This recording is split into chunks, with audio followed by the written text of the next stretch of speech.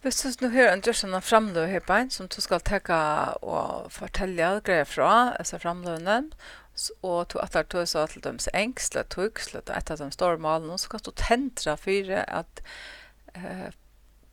PowerPoint omsetter det som du atlatar at sia. Det er så du nøys at ta seg at den store malen dankst, engst, spankst og så framvis. Men du tendrar for funkena.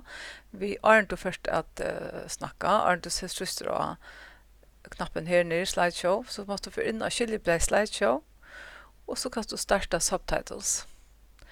Du nøyest at ha installera Microsoft Translator først, og det gjørs du via Google at du finner Microsoft Translator, det er ikke bare av hesa videoene, men du startar at du skal starte subtitles. Du kan nesten ha floben i always prosent.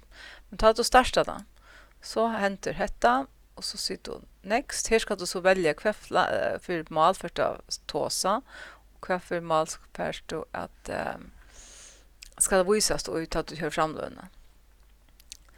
Så sier next, og første fer, du gjør at vi hesa framlønene, akkurat hesa framlønene, så blir det en nytt slide vi så dukker opp her på.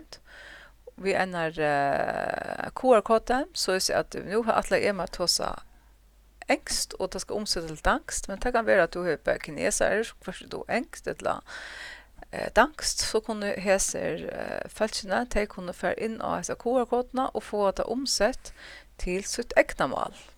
Kinesisk for eksempel.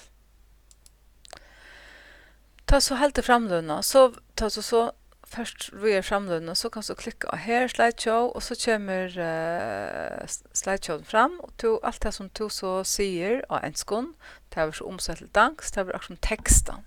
Det er særst du i hinner videoklippene som jeg har gjort, hvis jeg ikke har klippet sammen. Så om jeg kommer til nå, så måtte du inn hit videoklipp. Takk for det, bye.